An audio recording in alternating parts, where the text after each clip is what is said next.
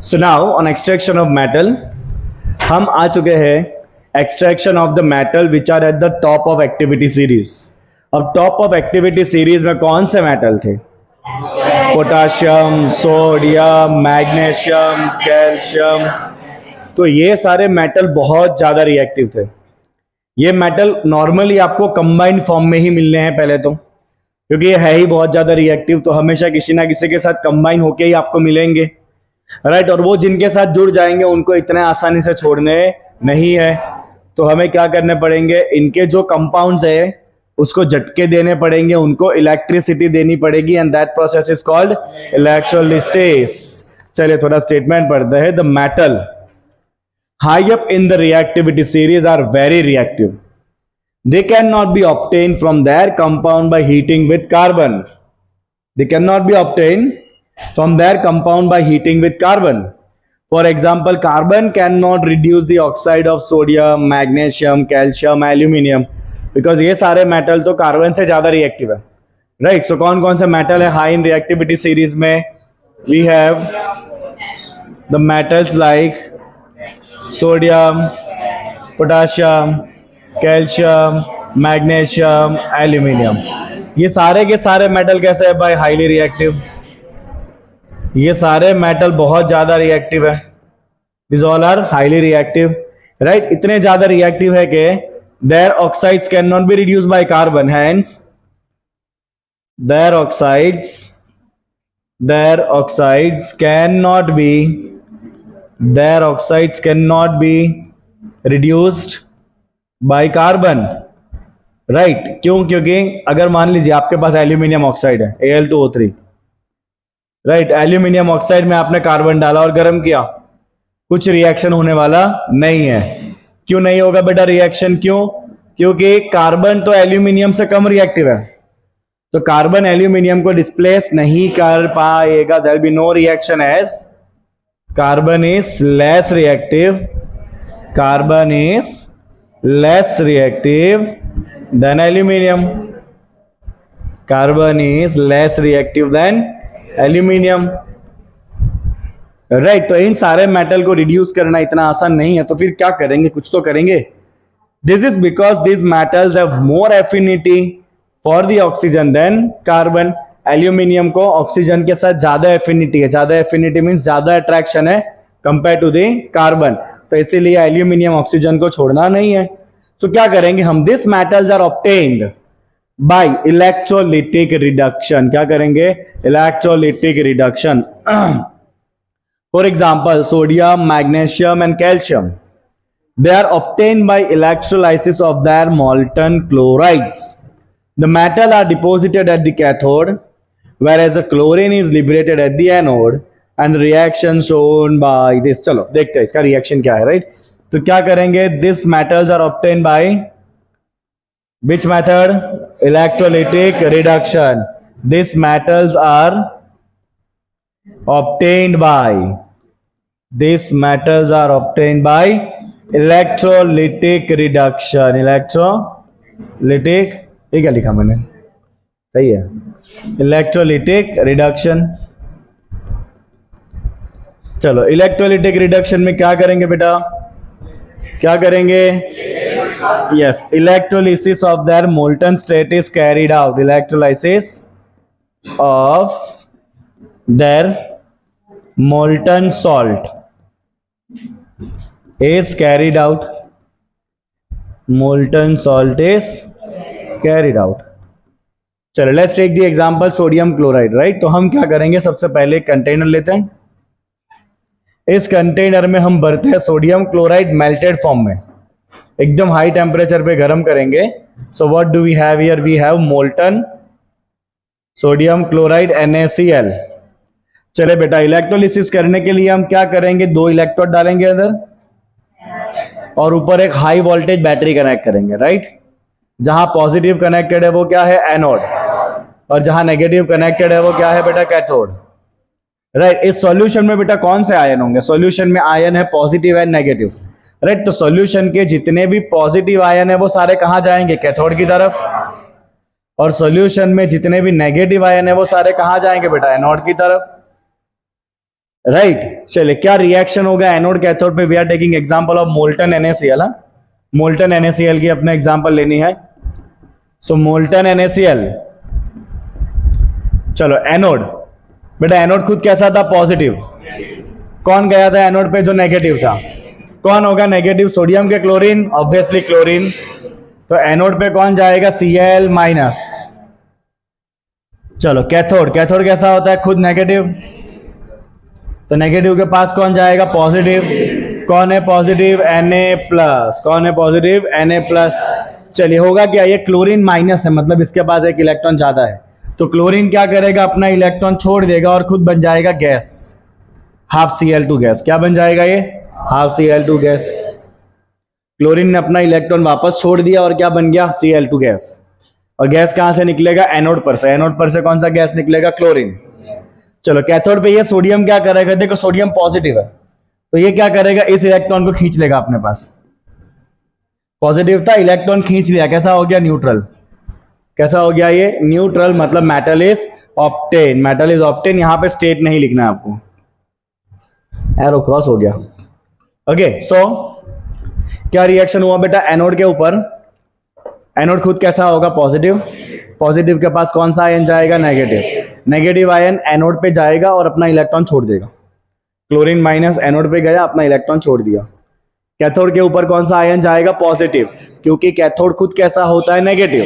तो नेगेटिव पे कौन सा आयन जाता है? पॉजिटिव। पॉजिटिव आयन क्या करेगा? वापस इलेक्ट्रॉन को ले लेगा और बन जाएगा फ्री। तो इस तरह से आपने सोडियम क्लोराइड में से सोडियम को एक्सट्रैक्ट करवाना है, राइट? कौन सा मेथड है बेटा ये? Electrolysis process, right? Similarly aluminium is obtained by the electrolytic reduction of aluminium oxide. चलो एल्यूमिनियम का एग्जांपल लिखे।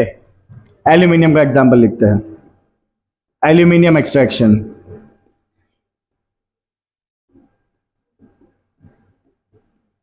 अभी आपको इतना डिटेल में नहीं दिया है, खाली आपको स्टेटमेंट दिया है कि एल्यूमिनियम का एक्सट्रैक्शन करा जाता है by electrolysis of aluminium oxide. बड़े थोड़ा कॉम्प्लिकेटेड रिएक्शन है। इस प्रोसेस को कहा जाता है हॉल हेरोल्ड प्रोसेस, जो 12th साइंस में आता है, राइट? तो यहां पे हम खाली इतना ही लिखेंगे कि एल्यूमिनियम एक्सट्रैक्ट कैसे करेंगे बेटा? From electrolysis of molten aluminium oxide Al2O3।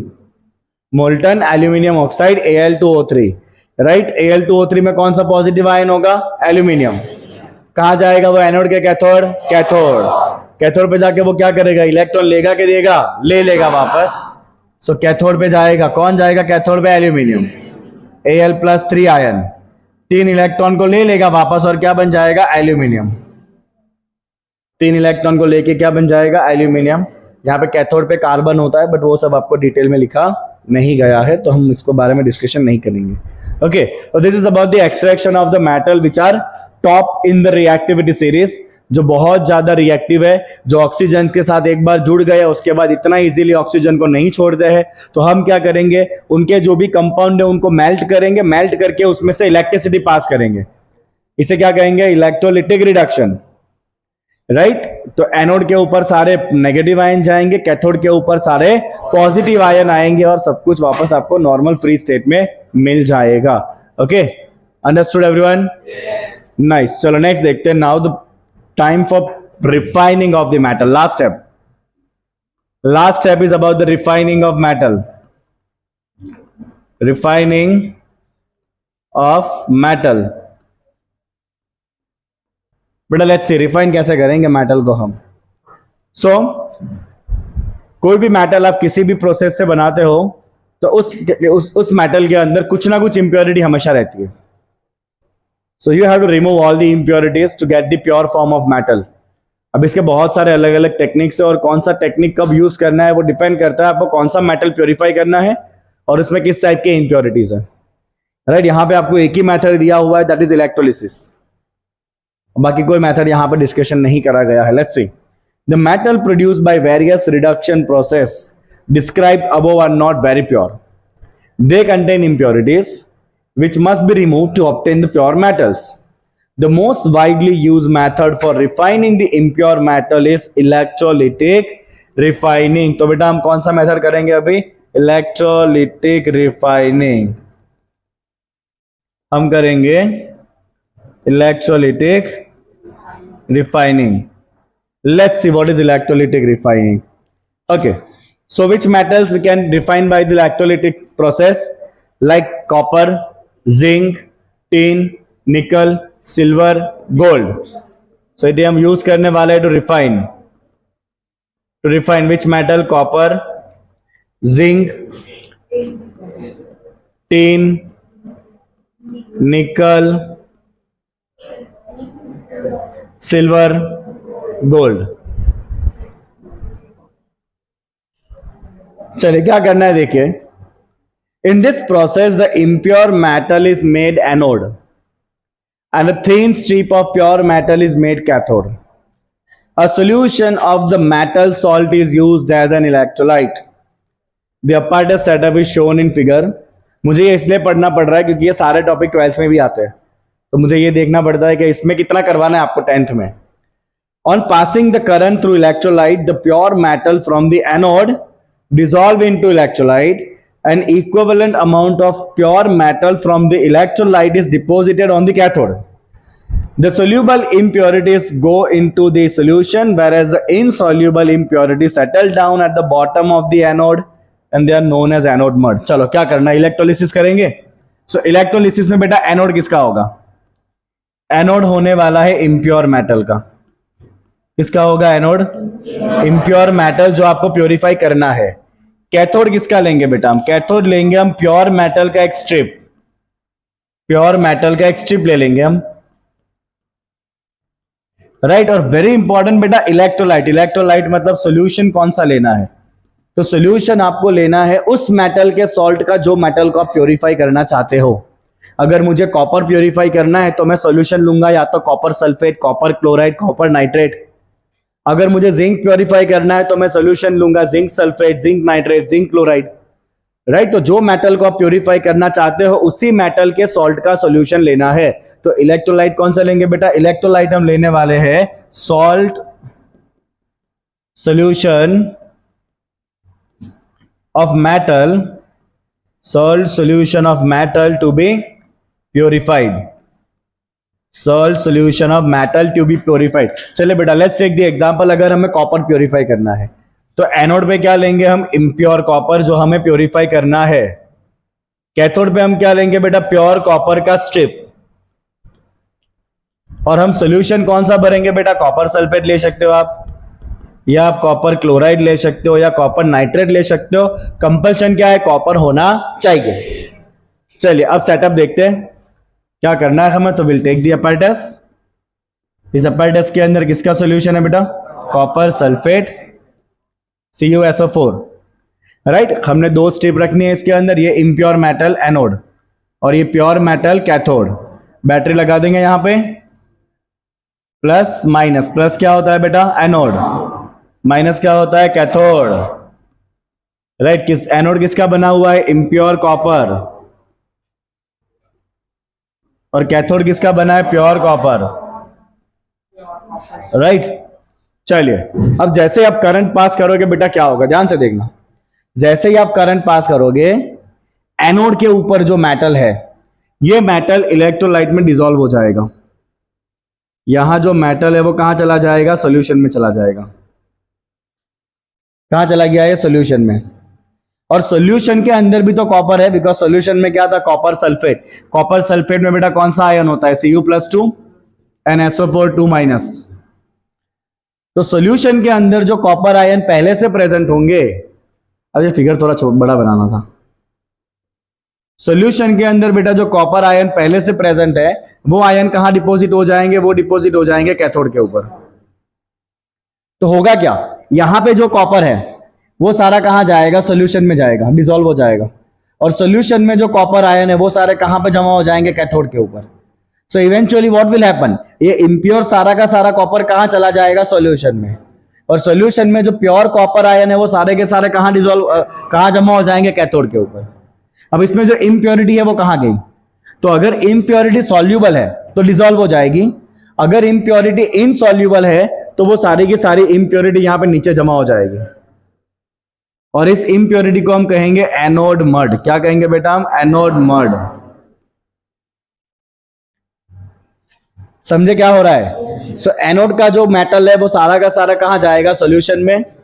Solution में जो मेटल है वो सारा का सारा कहां जमा होगा? कैथोड पे। जो इम्प्योरिटी है अगर सॉल्यूबल है तो डिसॉल्व हो जाएगा, अगर इनसॉल्यूबल है तो नीचे बैठ जाएगा, जिसे हम कहेंगे एनोड मड। तो this is the process called electrolysis process. आई बात समझ में सबको? चले, क्या होगा on passing current? On passing the current बेटा दो चीजें होगी, हम स्टेप बाय स्टेप लिखते हैं। पहला step, impure metal from anode goes into electrolyte.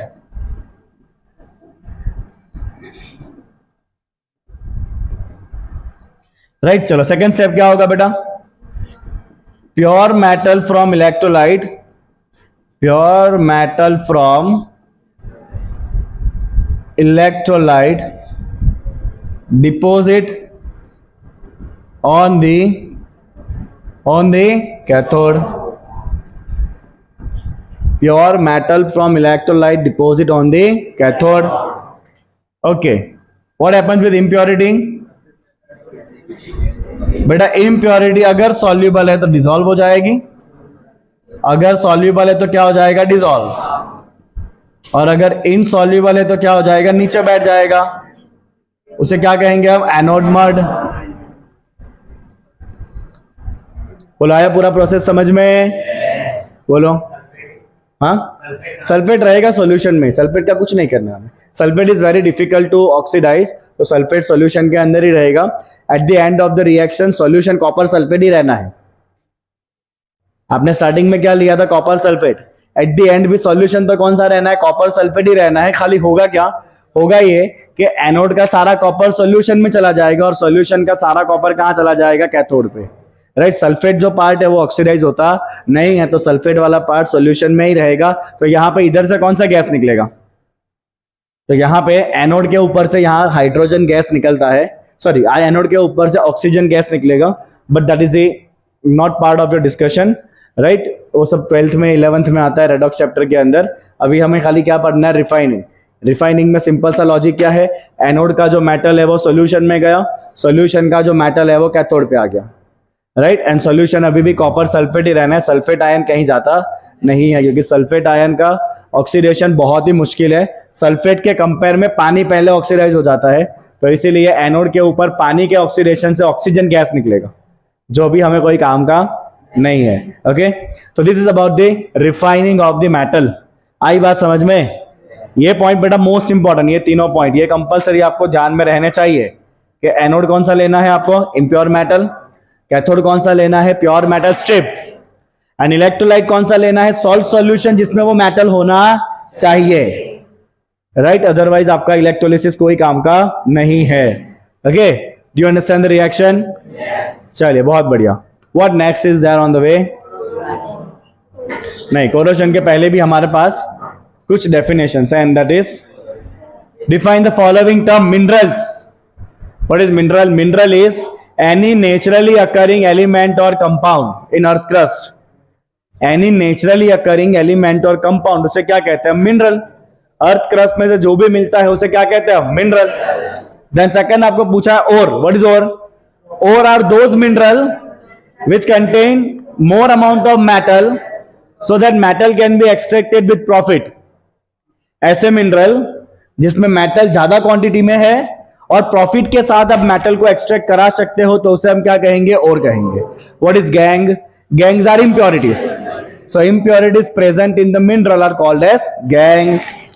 Name two metals which are found in nature in free state। gold, silver, platinum, copper। What chemical process is used for obtaining a metal from its oxide reduction? Oxide में से metal निकालने के process को क्या कहते हैं बेटा? Reduction. Oxide में से मेटल निकालने के प्रोसेस को हम क्या कहते हैं? रिडक्शन कहते हैं। राइट, तो यहां पे आपका एक्सट्रैक्शन ऑफ मेटल का पॉइंट कंप्लीट हुआ। The most important part is this is the most important part, this one. वापस एक बार फटाफट देखेंगे। जो भी आपको ओर मिला है बेटा, उस ओर को पहले क्या करेंगे? कॉन्सेंट्रेट, इम्प्योरिटी सारे निकाल देंगे। उसके बाद मेटल 3 कैटेगरी में डिवाइड हो जाएगा।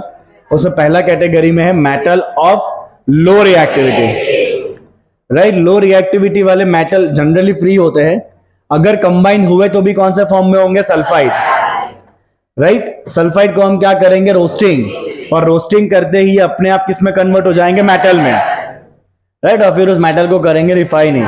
इसमें आपको याद है हमने दो एग्जांपल करे थे, कौन कौन से, सिन्नाबार एंड कॉपर सल्फाइड। इसमें हमने दो एग्जांपल टेक्स्ट बुक से करे थे। चलो लिखते हैं। एक पहला था इसमें सिन्नाबार, याद है आपको, सिन्नाबार क्या था बेटा, HgS। सिन्नाबार को आपने जैसे ही गर्म करा था ना, क्या अलग हो गया था, HgNSO2, क्या HgO बना था, HgO बना था। चलो अच्छा है तुमको याद है, मुझे तो याद नहीं है।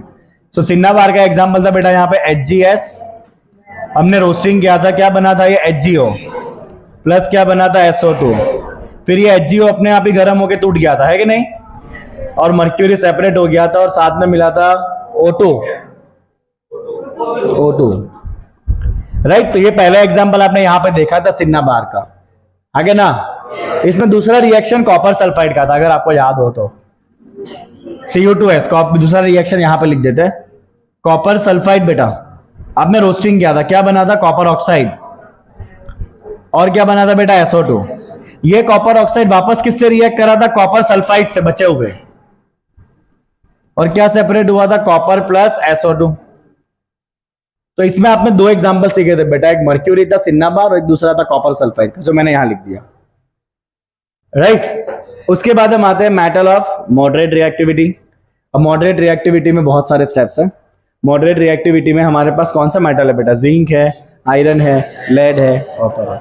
इनके और अगर सल्फाइड के फॉर्म में है तो हम क्या करेंगे, एक्सेस अमाउंट में ऑक्सीजन देके गर्म करेंगे, एक्सेस अमाउंट में ऑक्सीजन देके गर्म करेंगे, उसे क्या कहते हैं, रोस्टिंग, राइट। रोस्टिंग में क्या था बेटा, एक्सेस ऑक्सीजन, क्या था रोस्टिंग में, एक्सेस ऑफ ऑक्सीजन, राइट। और अगर इनके और कार्बोनेट के फॉर्म में है तो हम उसको ऐसे ही गर्म करेंगे, लिमिटेड सप्लाई ऑफ एयर में, या फिर in absence of air, limited supply of air.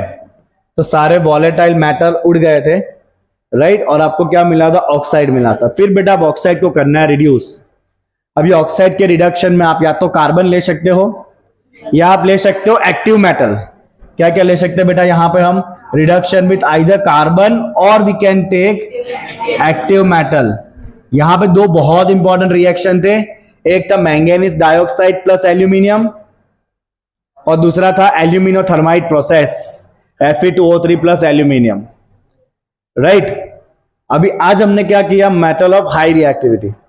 तो इनके सॉल्ट को क्या करेंगे, मेल्ट करेंगे, मेल्ट करके क्या करेंगे, उसका इलेक्ट्रोलिसिस करेंगे। NaCl का एग्जांपल हमने लिया था, राइट। तो this is all about this topic. And last part हमने दिया प्योरिफिकेशन और रिफाइनिंग।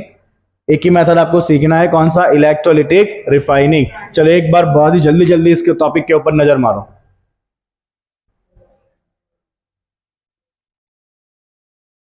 सब लोग फटाफट इस टॉपिक के ऊपर नजर मारे एक बार।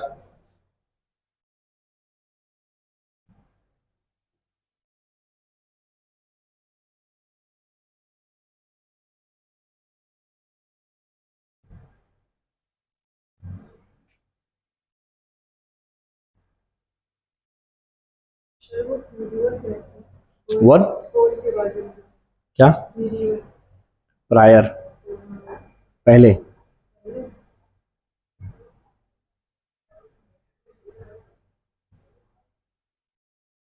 डन। अभी मैंने जो एग्जांपल लिखा था वो सिन्नाबार मर्क्यूरी का।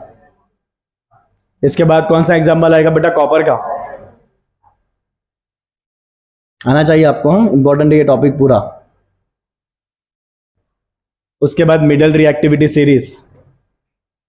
मिडल रिएक्टिविटी एग्जांपल है रोस्टिंग, राइट। रोस्टिंग में हमने एयर के साथ गर्म किया था, सल्फाइड बन गया था ऑक्साइड, राइट। और कैल्सिनेशन में हमने एयर के बिना गर्म किया था, ऑक्साइड बना था, है नहीं। फिर हमने उसको रिड्यूस किया था, रिड्यूस करने के लिए कार्बन डाला था, और फिर हमने रिड्यूस किया था बाय सम एक्टिव मेटल। तो दो रिड्यूसिंग एजेंट थे, कार्बन था या दूसरा था एक्टिव मेटल। एक्टिव मेटल क्या कर सकता है, डिस्प्लेस कर सकता है लो रिएक्टिव मेटल को उसके ऑक्साइड में से, उसके दो best example MnO2 plus aluminium and then thermite process Fe2O3 plus aluminium. यहाँ पे एल्यूमिनियम Fe को डिस्प्लेस करेगा, यहाँ पे एल्यूमिनियम मैंगनीज को डिस्प्लेस करेगा, और ये रिएक्शन बहुत ज़्यादा एक्सोथर्मिक है, इतना हीट बनेगा कि मेटल मेल्टेड फॉर्म में आपको मिलेगा। फिर ये आज का टॉपिक जो हमने सीखा, electrolytic reduction and then electrolytic refining. Understood? चलिए 2 स्लाइड्स आपको लिखने हैं, फटाफट लिखना शुरू करें सब लोग।